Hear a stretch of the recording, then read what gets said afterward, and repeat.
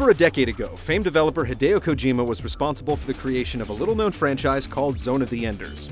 The series has garnered a cult following over the years, though the game's never achieved much success. While there's been no word of a sequel, Konami is throwing us a bone in the form of an HD collection. Is Zone of the Enders a forgotten gem that deserves a second look? Or is it a crude relic of a time long past? Well, it's time to play.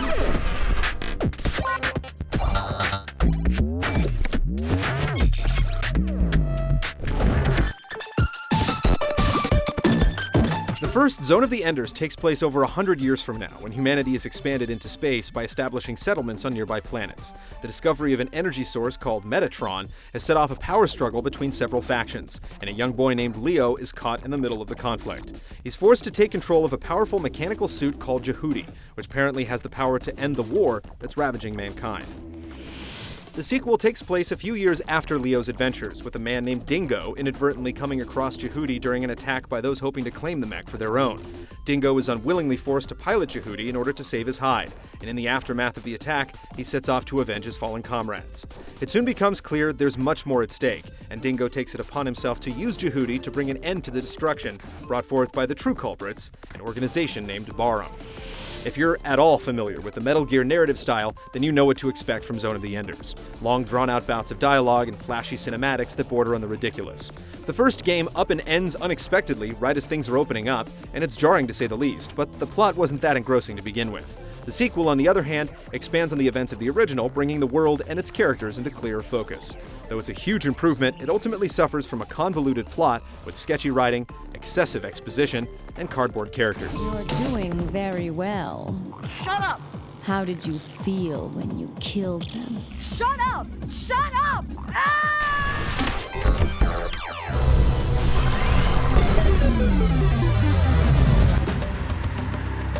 The original Zone of the Enders was derided back in the day as being a poor game whose sole redeeming quality was the Metal Gear Solid 2 demo that came packaged with it. After completing the game ourselves, it's hard to find fault with that criticism. It's a bare-bones action game that lacks depth, and it's absurdly short, only taking a few hours at most to breeze through. The action basically boils down to traveling back and forth between tidy battle arenas in order to complete one of two objectives, either destroying all the enemies or seeking out an item that will allow you to progress further on the map. There's no real character progression, no sense of reward for your accomplishments, and the specific mission objectives are often unclear. We have obtained the program. Zone of the Enders, the second runner, is much better in comparison, which is apparent right from the outset with an improved interface, a better mission structure with proper levels, and an actual sense of progression. The enemy behaviors are much more diverse, and the boss encounters are easily the highlight, with clever attack patterns that will push you to the edge. A lot of the concepts pioneered by the original game are fully realized in the sequel, which outshines its predecessor in nearly every way. Raptor destroyed. One of the few bright spots of the original is the ability to travel back and forth between areas, which is missing in the decidedly more linear sequel. The second runner, despite all its improvements, could have benefited from much more needed depth, like the incentive to explore zones and find items that would be useful in unlocking new portions of previous areas. You can still poke around for extra ammo or health, but there's no real sense of exploration. However, many of the levels compensate for this shortcoming with truly creative objectives. The first Zone of the Enders wasn't a good game back in its day, and time hasn't done it any favors. However, the second runner is a solid action game that holds up well, despite some minor hiccups. Raptor destroyed.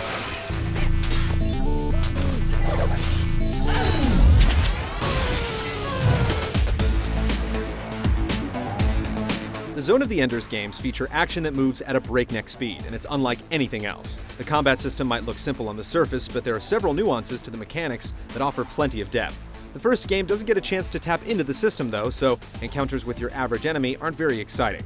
The second runner revs it up several notches to the point where even the most basic of enemies can become a thorn in your side, and the boss encounters are some of the most intense we've experienced. There's a significant learning curve in both games, which demand mastery over all of your maneuvers and abilities in order to succeed.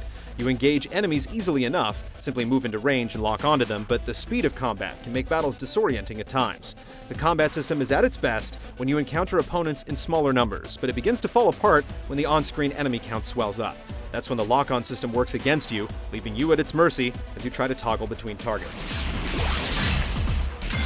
Despite the few kinks in the system, when it's truly on, the Zone of the Enders combat system offers exhilarating sequences that few games can match.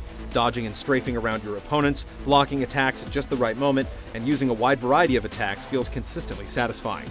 The sequel ups the ante by introducing more complex grappling options, which allows you to not only grab opponents and hurl them around like dolls, but also pick up objects in the environment to use as shields or makeshift weapons.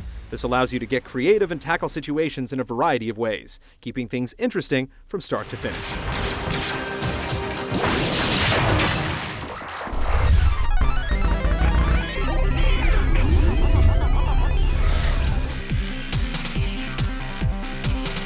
Kojima's games are known for their exceptional visuals, and both Zone of the Enders entries were no exception. The HD treatment is on par with the recent Metal Gear collection, though the performance dips are more frequent here.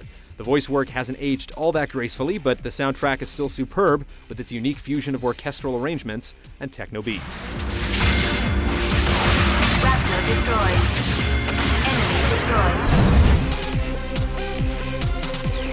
There isn't much out there quite like Zone of the Enders. The first game is the weaker of the two, serving as a lukewarm appetizer for the main course.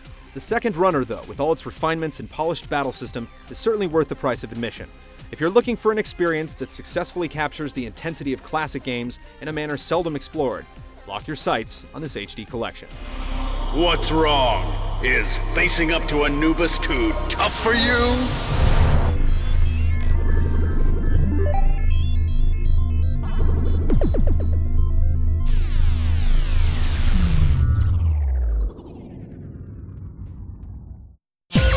See this and other GT shows and game reviews on the GT Originals iOS app, available now on the App Store.